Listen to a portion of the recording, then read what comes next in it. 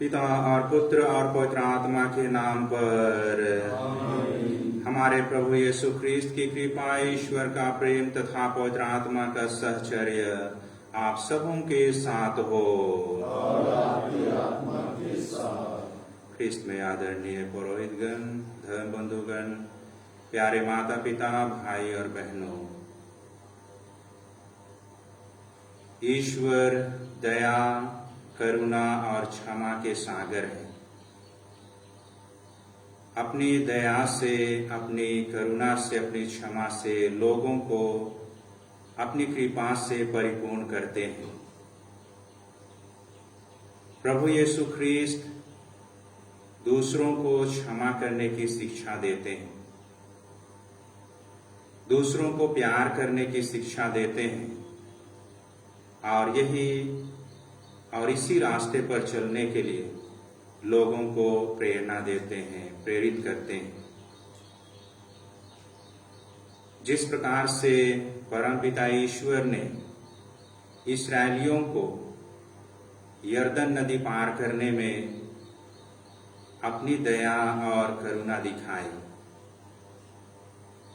जब जोशुआ ने सभी इस्राएलियों को यरदन नदी पार करने के लिए कहते हैं और ईश्वर की मंजूषा को याजक वर्ग नदी के बीचों बीच रखते हैं और नदी का बहाव रुक जाता है और लोग नदी पार करते हैं। इसमें ईश्वर की दया और कृपा लोगों के लिए दिखाई देती है, दिखाते हैं। इस्राएली कई बार ईश्वर के प्रति भुनभुनाते हैं, कुड़कुड़ाते हैं, अपराध करते हैं, लेकिन हर बार ईश्वर उन्हें क्षमा प्रदान करते हैं, उन्हें सन्मार्ग पर चलने के लिए रास्ता दिखाते हैं।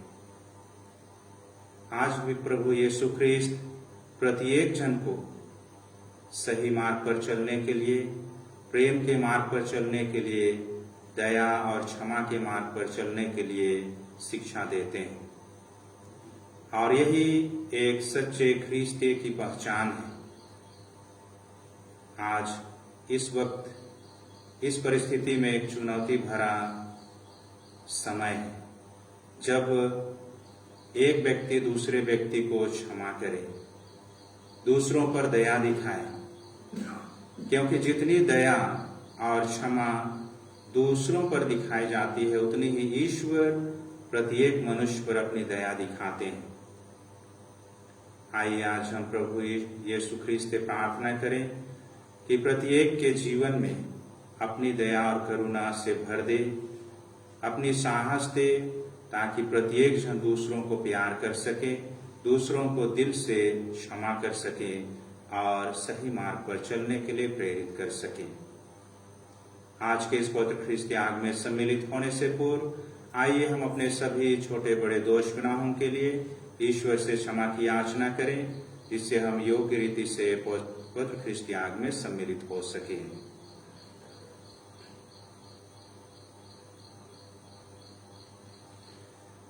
हम सब मिलकर बोले, हे भाई और बहनों, मैं सर्वशक्तिमान पिता ईश्वर और आप लोगों के सामने स्वीकार करता हूँ कि मैंने मन, वचन और कर्म से और अपना कर्तव्य पूरा न करने से अपने कसूर से अपने भारी कसूर से और पाप किया है। इसलिए मैं नित्य तुम्हारी धन्य मरियम से, सब स्वर्गदूतों, संतों और आप लोगों से, हे भाइयों बहनों, विनती करता हूँ कि आप लोग मेरे लिए प्रभु ईश्वर से प्रार्थना करें। सर्वशक्तिमान ईश्वर हम लोगों पर दया करे और हमारे पाप क्षमा कर हमको अनंत जीवन प्रदान करे। हे प्रभु दया कर, हे ख्रीस्त दया कर, हे प्रभु दया कर। हम प्रार्थना करें। हे सर्वशक्तिमान सदा जीवंत ईश्वर, पवित्र आत्मा की शिक्षा से प्रेरित होकर हम साहस के साथ प्रेम पूर्वक तुझे पिता कहते हैं। हमारे हृदय में तेरे पुत्र पुत्रियां होने का बोध पूर्ण होता जाए, ताकि हम उस राज्य के उत्तराधिकारी बने जिसकी प्रतिज्ञा तूने की है।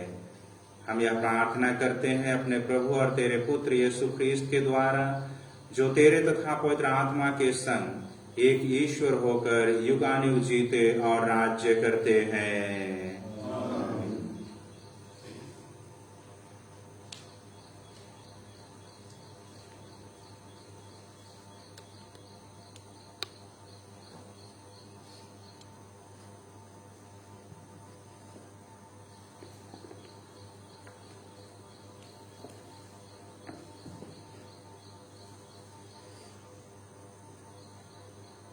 योशुआ के ग्रंथ से आज का पहला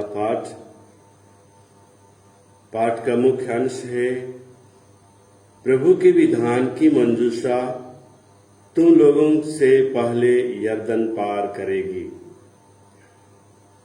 प्रभु ने योशुआ से यह कहा, मैं आज से इस बात का ध्यान रखूंगा कि सभी इस्राएली तुम्हारा महत्व समझें और यह जान जाए कि जिस तरह मैं मूसा के साथ रहा, उसी तरह तुम्हारे साथ भी रहूंगा। तुम विधान की मंजूषा ढोने वाले पुरोहितों को यह आदेश दोगे, जब तुम लोग यरदन नदी के तट पर पहुंचो तो नदी में ही खड़े हो जाओ। इसके बाद योशुआ ने इस्राएलियों से कहा, यहाँ आओ और अपने प्रभु ईश्वर का आदेश सुनो। योशुआ ने कहा, अब तुम जान जाओगे कि जीवंत ईश्वर तुम्हारे बीच है और तुम लोगों के सामने से कनानियों को निश्चय ही भगा देगा। समस्त पृथ्वी के प्रभु के विधान की मंजूषा तुम लोगों से पहले यरदन पार करेगी। 12 व्यक्तियों को चुन लो, हर एक वंश में से एक व्यक्ति को। जो ही समस्त पृथ्वी के प्रभु के विधान की मंजूषा ढोने वाले पुरोहित यरदन नदी के पानी में पैर रखेंगे, त्यों ही ऊपर से बहने वाला पानी थम जाएगा और ठोस पुंज जैसा हो जाएगा। जब इस्राएली अपने तंबू उखाड़कर यरदन को पार करने निकले, तो विधान की मंजूषा ढोने वाले पुरोहित उनके आगे आगे चले। ज्यों ही मंजूषा ढोने वाले पुरोहितों ने यरदन के पास जाकर पानी में पैर रखा, कटनी के समय यरदन का पानी उमड़कर तट पर फैल जाता है, त्यों ही ऊपर से बहने वाला पानी थम गया और सारतान के निकटवर्ती अदाम नगर तक ठोस पुंज जैसा बन गया।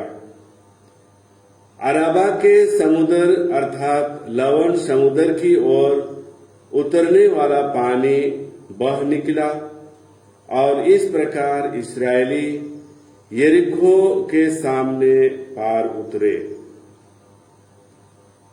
जब इस्राएली सूखे पांव उस पार जा रहे थे तो प्रभु के विधान की मंजूषा ढोने वाले पुरोहित यरदन के बीच के सूखे तल पर तब तक खड़े रहे जब तक सभी लोग यरदन के उस पार नहीं पहुंचे।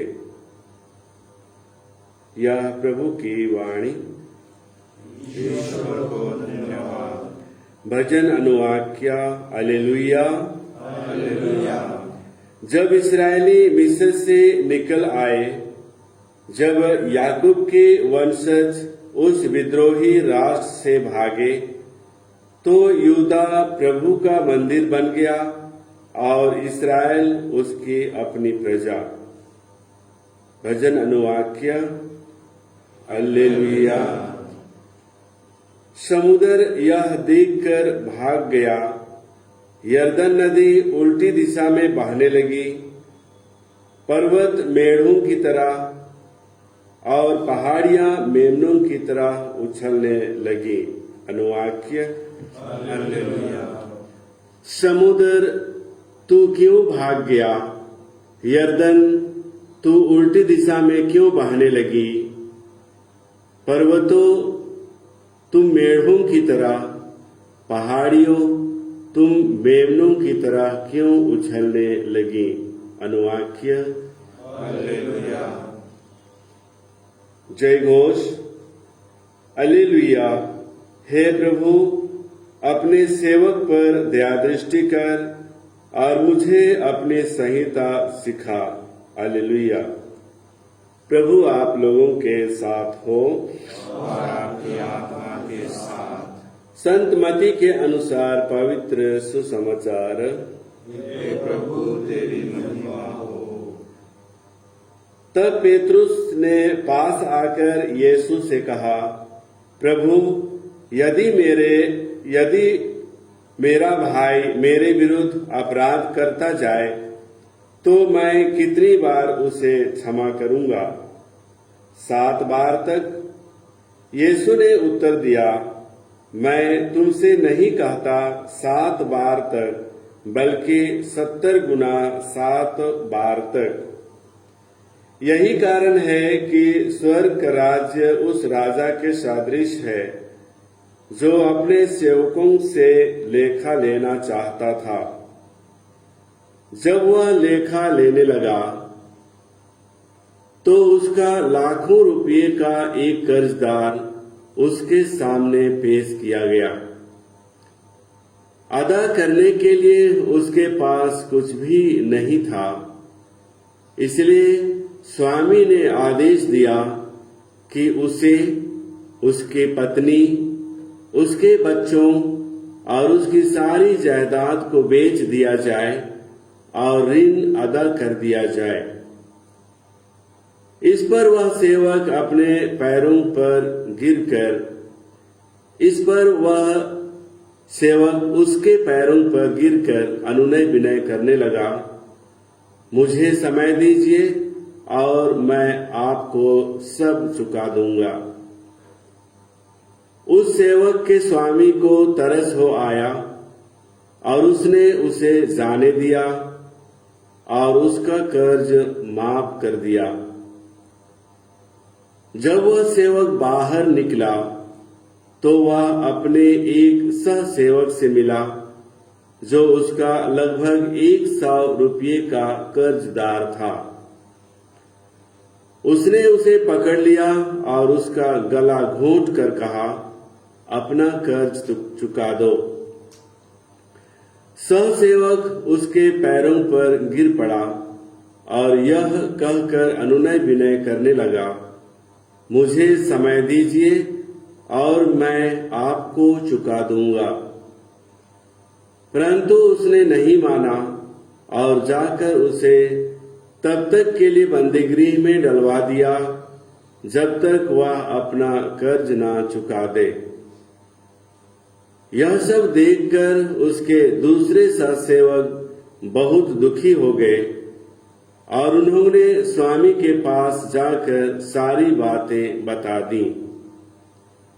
तब स्वामी ने उस सेवक को बुलाकर कहा, रे दुष्ट सेवक, तुम्हारी अनुनय विनय पर मैंने तुम्हारा वह सारा कर्ज माफ कर दिया था, तो जिस प्रकार मैंने तुम पर दया की थी, क्या उसी प्रकार तुम्हें भी अपने सहसेवक पर दया नहीं करनी चाहिए थी? और स्वामी ने क्रुद्ध होकर उसे तब तक के लिए जल्लादों के हवाले कर दिया जब तक वह कौड़ी कौड़ी ना चुका दे। यदि तुम में हर एक अपने भाई को पूरे हृदय से क्षमा नहीं करेगा, तो मेरा स्वर्गीय पिता भी तुम्हें तुम्हारे साथ ऐसा ही करेगा। अपना यह उपदेश समाप्त कर यीशु गलीलिया चले गए और यरदन के पार यहूदिया प्रदेश पहुंचे। यह प्रभु का सुसमाचार। हे क्रिस्त, तेरी स्तुति हो।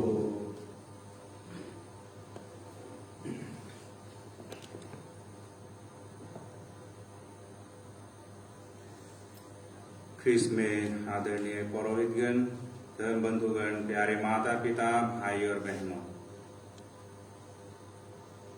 आज का वचन हमें ईश्वर की असीम दया और क्षमा का पाठ पढ़ाता है। ईश्वर की दया अथाह सागर के समान है जो कभी समाप्त नहीं होता है। जो भी उनसे दया की याचना करते हैं या क्षमा की याचना करते हैं, वह उसे स्वतः ही प्रदान करते हैं। संत पिता फ्रांसिस अपने प्रवचन पर बार बार जोर देकर ख्रिस्तियों से आह्वान किया करते हैं।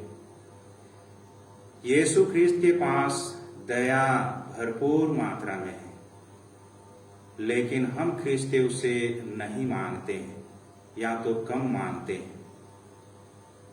उसकी कृपा, उसकी दया मनुष्य के जीवन में परिवर्तन लाता है। अपनी दया और करुणा दूसरों के पाप क्षमा के द्वारा दिखाते हैं।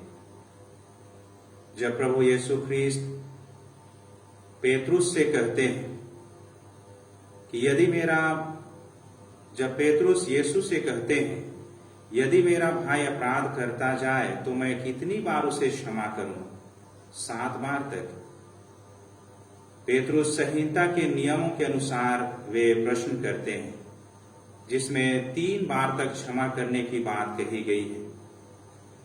फिर भी पेतरुस अपनी उदारता दिखाते हुए, उसकी संख्या बढ़ाते हुए कहते हैं 7 बार तक, यही सोचकर कि प्रभु यीशु ख्रिस्त उसके विचारों से सहमत होंगे या उन्हें प्रशंसा करेंगे।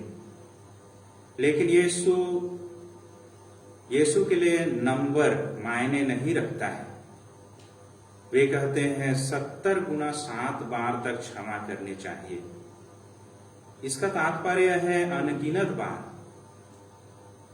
उसकी कोई सीमा नहीं होनी चाहिए, उसमें किसी प्रकार के शर्त नहीं होनी चाहिए। यीशु ने स्वयं अपने जीवन काल में अपनी दया और क्षमा लोगों को दिखाया और लोगों को क्षमा किया।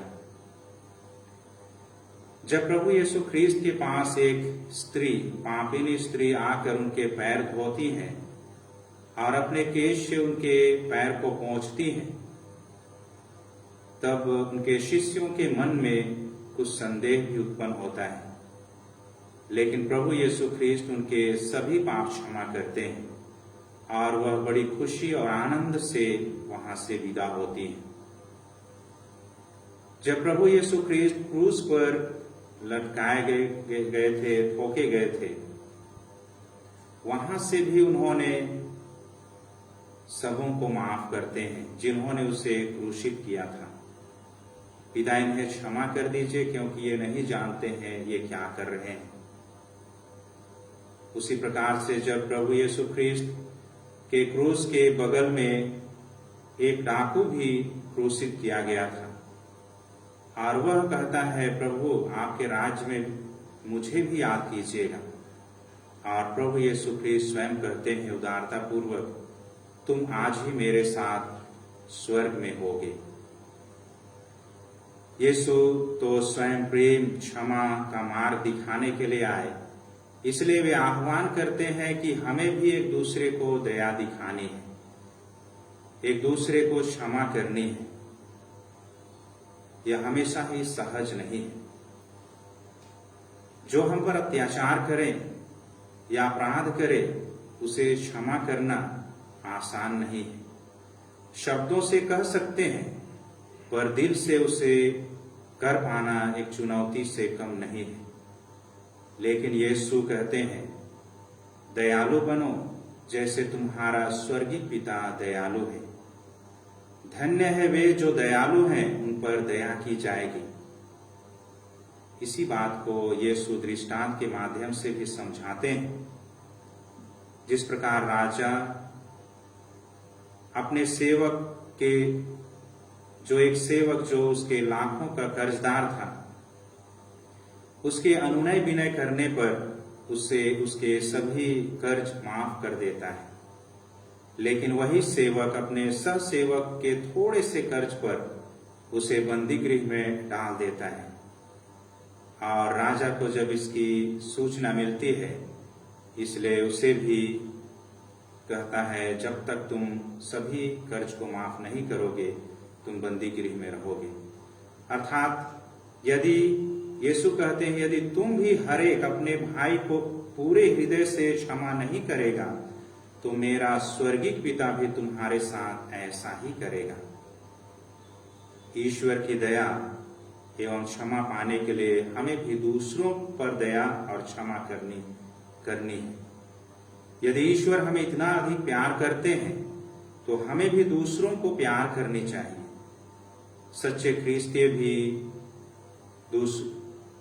सच्चे ख्रिस्तीय जीवन में क्षमा करना दूसरों को नया जीवन दान देने के समान है। जो व्यक्ति क्षमा दया पाता है, उसके जीवन में आनंद और खुशी होती है। और जो क्षमा करते हैं, उन्हें भी ईश्वर की कृपा और आशीष प्राप्त होती है। जब संत पिता जॉन पॉल द्वितीय उसे मार डालना चाहता था, उसे बंदी गृह में जा करके उसे माफ करते हैं, उसके गले लगाते हैं। उसी प्रकार से ग्राहम स्टैंड्स की पत्नी उसके पति और बच्चों को मार डालने वालों को क्षमा प्रदान करती है। सिस्टर रानी मरिया, जिनको एक व्यक्ति ने मार डाला था, उसके परिवार, सिस्टर के परिवार और उनकी बहन उसे सारे हृदय से माफ करते हैं और उन्हें अपना भाई भी मानते हैं। आज भी प्रभु यीशु ख्रीस्त की दया और कृपा मनुष्यों में कूट कूट कर भरी है। आइए आज हम प्रभु परमेश्वर से प्रार्थना करें, ईश्वर हम प्रत्येक जन पर अपनी आशीष दे, अपनी साहस और शक्ति दे, जिसे हम भी दूसरों पर दया और क्षमा दिखा सकें, जिस प्रकार से प्रभु यीशु ख्रीस्त हम प्रत्येक जन को प्यार करते हैं, हमें क्षमा करते हैं।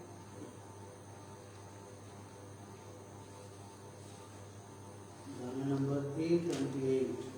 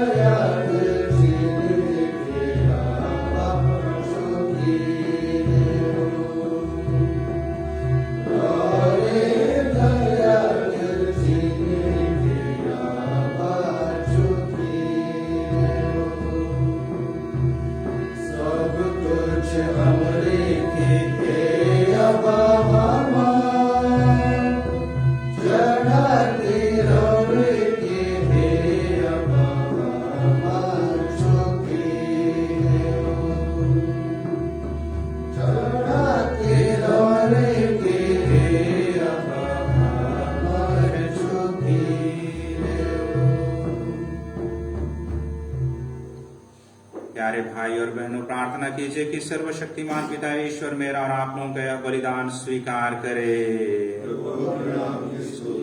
महिमा के लिए और हमारे कलीसिया के लाभ के लिए हमारे हाथों से बलिदान स्वीकार करे। हे प्रभु, अपनी कलीसिया के ये दान सानंद स्वीकार कर तूने ही इन्हें दयापूर्वक हमें प्रदान किया है। तेरे सामर्थ्य से हमारी मुक्ति के संस्कार बन जाते हैं, हमारे प्रभु ख्रीस्त के द्वारा। प्रभु आप लोगों के साथ हो और आपकी आत्मा के साथ। प्रभु में मन लगाइए। हम अपने प्रभु ईश्वर को धन्यवाद दें।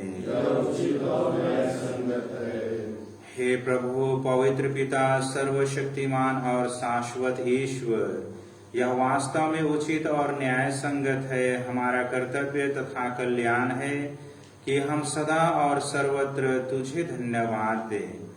तूने प्रेम से प्रेरित होकर मनुष्य की सृष्टि की और न्याय के अनुसार जब वह अपराधी ठहराया गया तो दया करके तूने हमारे प्रभु यीशु ख्रीस्त के द्वारा उसका उद्धार किया। इन्हीं के द्वारा स्वर्ग तेरे प्रताप की प्रशंसा करते, प्रभुत्व तेरी आराधना करते और शक्तियां तेरे सम्मुख कांप उठती है। स्वर्ग और उसका सामर्थ्य तथा धन्य सेराफिम एक साथ तेरी अर्चना करते हैं। उन्हीं के स्वर में स्वर मिलाकर हम भी विनम्र भाव से तेरा स्तुति गान करते हैं।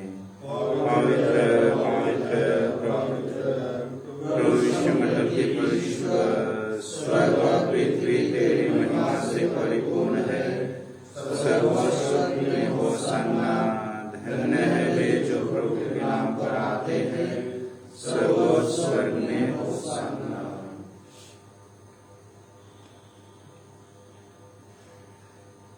हे प्रभु, तू वास्तव में पवित्र है, सारी पवित्रता का स्रोत है। हम तुझसे प्रार्थना करते हैं, तू उन भारों को अपने आत्मा के संस्पर्श से पवित्र कर दे कि ये हमारे प्रभु यीशु ख्रीस्त के शरीर तथा रक्त बन जाए। जब वे स्वेच्छा से मृत्यु के लिए सौंपे गए, उन्होंने रोटी ली, तुझे धन्यवाद दिया और रोटी तोड़कर उसे अपने शिष्यों को देते हुए कहा, तुम सब इसे लो और इसमें से खाओ, क्योंकि यह मेरा शरीर है जो तुम्हारे लिए बलि चढ़ाया जाएगा।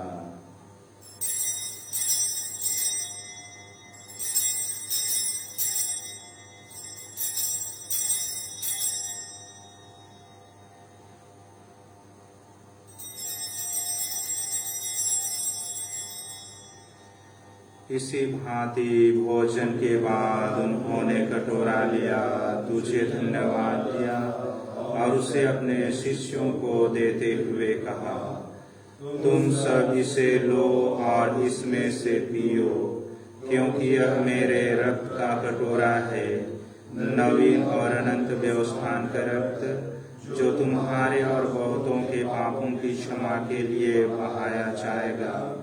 तुम मेरी स्मृति में यह करो।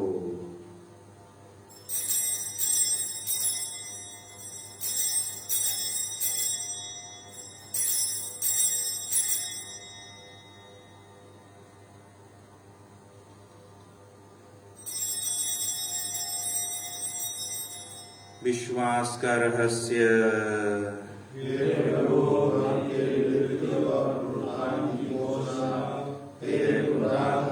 करते रहेंगे। इसलिए हे प्रभु, हम ख्रीस्त की मृत्यु और पुनरुत्थान की स्मृति में तुझे जीवन की रोटी और मुक्ति का कटोरा चढ़ाते हैं। हम तुझे धन्यवाद देते हैं कि तूने हमें अपने सम्मुख उपस्थित होने और अपनी सेवा करने का सौभाग्य प्रदान किया है। हमारा नम्र निवेदन है कि हम सब ख्रीस्त का शरीर और रक्त ग्रहण करके और आत्मा के द्वारा एकता के सूत्र में बंधे रहें। हे प्रभु, हमारे संत पाप फ्रांसिस, हमारे धर्माधिपति रश्मि और सूर्यास्तों के साथ विश्व भर में अपनी कलीसिया के सुधीरे और फैसले प्रेम में सिद्ध बना दे। हे प्रभु, हमारे उन सभी भाई बहनों की भी सुधीले जो पुनरुत्थान की आशा में प्रलोक सिधार चुके हैं, उन्हें और सभी मृतकों को अपने पुण्य दर्शन का सौभाग्य प्रदान कर हम सब पर दया दृष्टि डाल के हम अनंत जीवन के सहभागी बने और ईश्वर की माता धन्य कुमारी मरियम, उनके वर धन्य योसेफ, धन्य प्रेरितों तथा सब संतों के साथ जो युग युग में तेरे प्रति विश्वस्त बने रहे, तेरे स्तुति और महिमा कर सके, तेरे पुत्र यीशु क्रिस्त के द्वारा।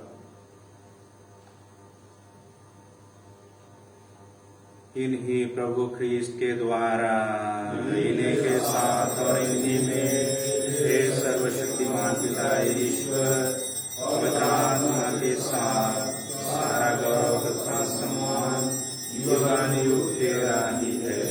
आमीन।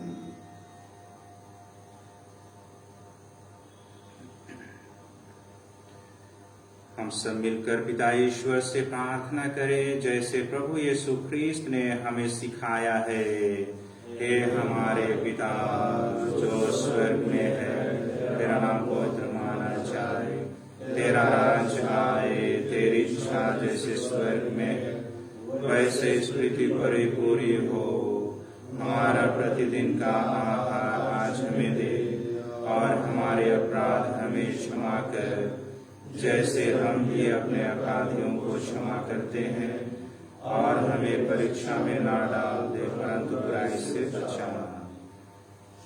हे प्रभु, हम तुझसे प्रार्थना करते हैं, सभी बुराइयों से हमें बचा और इस जीवन में हमें कृपा पूर्वक शांति प्रदान कर। हम तेरी दया से सदा पाप से दूर और हर विपत्ति से सुरक्षित रहें और उस दिन की प्रतीक्षा करते रहें जब हमारे मुक्तिदाता यीशु ख्रीस्त फिर आकर हमारी धन्य आशा पूरी करेंगे। और तेरी महिमा अनंत काल तक बनी रहती है। हे प्रभु यीशु ख्रीस्त, तूने अपने प्रेरितों से कहा है, मैं तुम्हारे लिए शांति छोड़ जाता हूँ, अपनी शांति तुम्हें प्रदान करता हूँ। तू हमारे पापों पर नहीं, अपनी कलीसिया के विश्वास पर दृष्टि डाल और उसे कृपा पूर्वक शांति तथा एकता प्रदान कर। तू युगानुयुग जीता और राज्य करता है।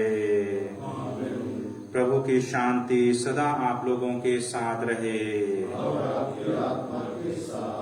परस्पर प्रेम भाव रखिए।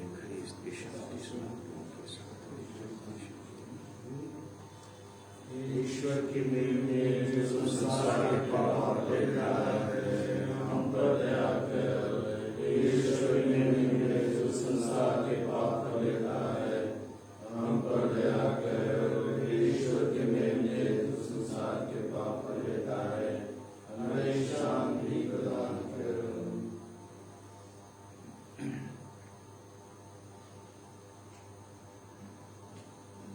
देखिए, ईश्वर का मेमना इसे देखिए जो हमारे पाप क्षमा करते हैं। धन्य है वे जो प्रभु की भोज में बुलाए जाते हैं।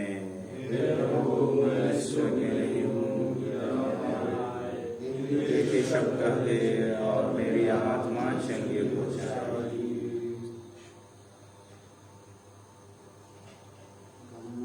F50.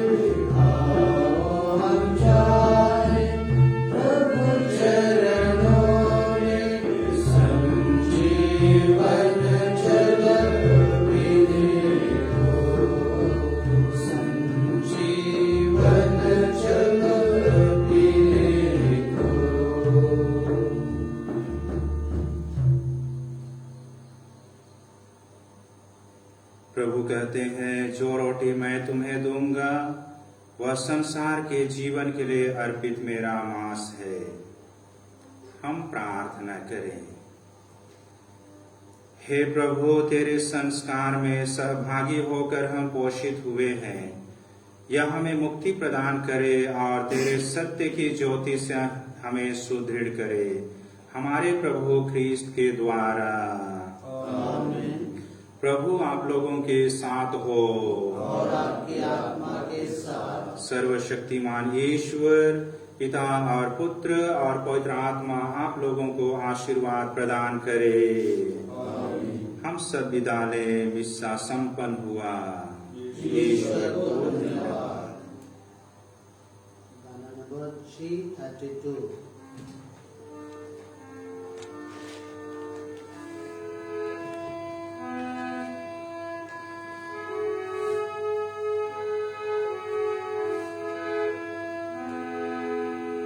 मेरी आत्मा तुम प्रभु को धन्य करो, धन्य करो।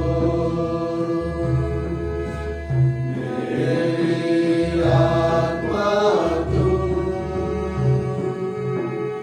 प्रभु को धन्य करो, धन्य करो। उसके उपकार मत भूलो, एक